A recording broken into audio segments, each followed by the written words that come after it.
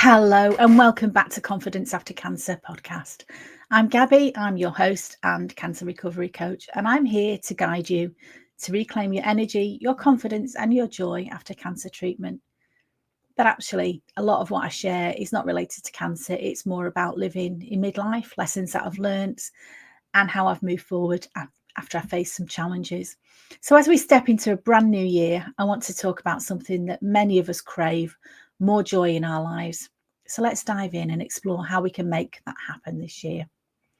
Okay, so I'm going to start off by reflecting on the past year, and without going into too many details. Last year was very challenging, not just for me on a personal level, but for so many people that I know. And so I really believe before we can think about creating more joy, it's important to pause and reflect. And the new year often feels like a clean slate, but we carry lessons and experiences from the year before, some good, some challenging. So I want to take a minute to think about the past year and ask you, what brought you joy and what drained your energy? And these reflections are so powerful. So write them down if you can. As we talked about in the last podcast, I love to journal, but it helps me to write my feelings down, and reflecting on what's gone can help to guide you as you move forward. Okay. So thinking about joy and what does that mean to you? Because joy is different to everybody. We all want more of that in our lives, but what does it mean to you? For some people, more joy is spending time with family.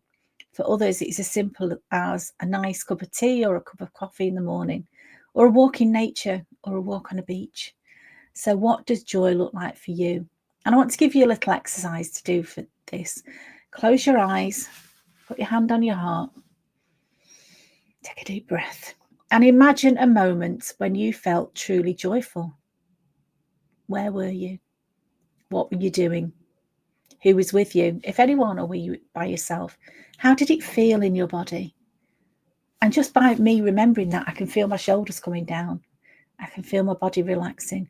And this memory can act as a compass, and it can guide you to creating more moments like that, if that's what you want. Okay. I've got a practical little tip here. And somebody gave me this years ago, and it was called a gratitude jar, but you can also call it a joy jar. And it's very simple and it's very fun. So take a jar, a pretty jar, but any jar that you like, can be an old coffee jar or something like that. And every day for a week, write down one thing that's brought you joy on a small piece of paper and pop it in that jar.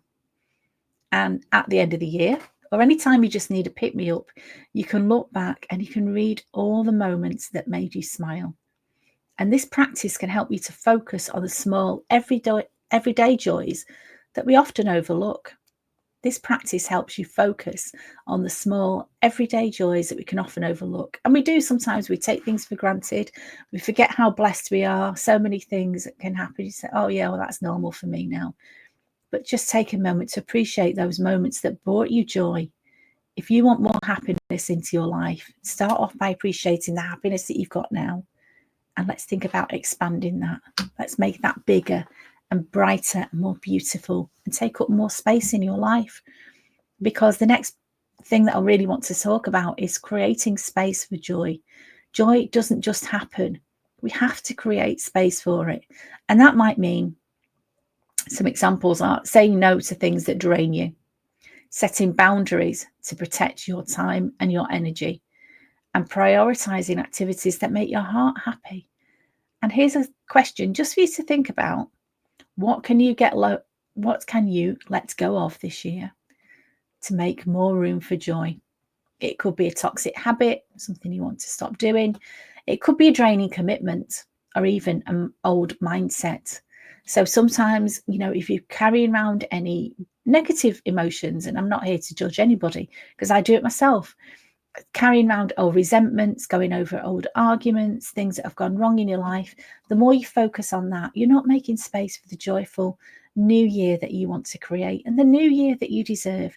Part of health and happiness is creating space for more joy. And just think, when you get to the end of your life, you don't want to look back and think, how did I spend my time?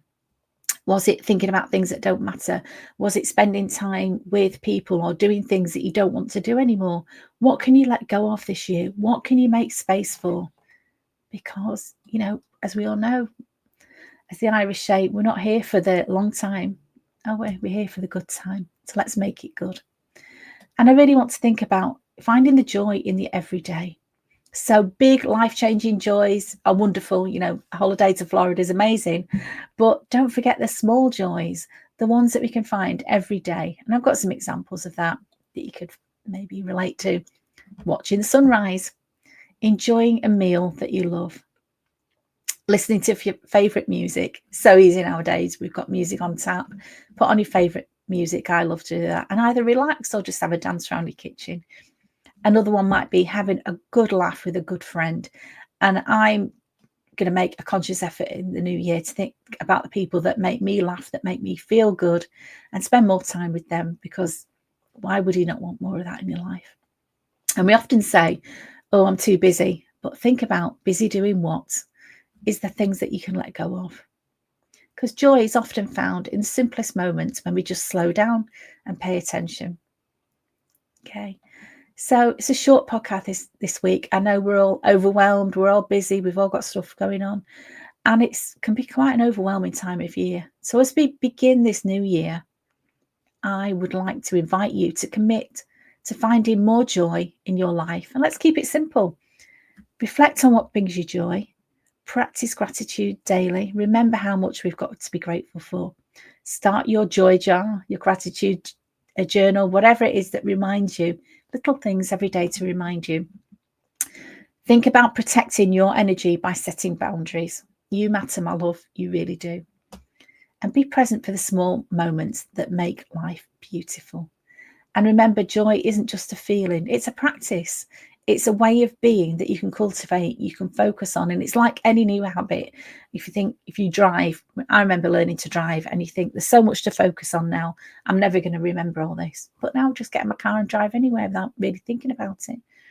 So it might be a new habit for you to think about actively and consciously bringing more joy into your life. But it can be done.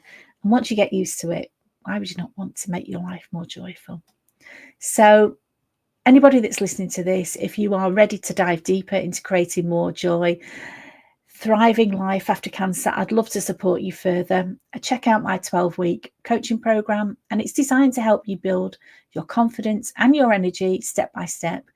Find all the details in the show notes. And if you've enjoyed this episode, please leave a review, share it with somebody who might need a little more joy in their lives. And so until next time, take care of yourself. And remember, you deserve to live a joyful, vibrant life. Sending all the love from my heart to your heart. Have a very happy new year. Thanks for listening. Bye-bye.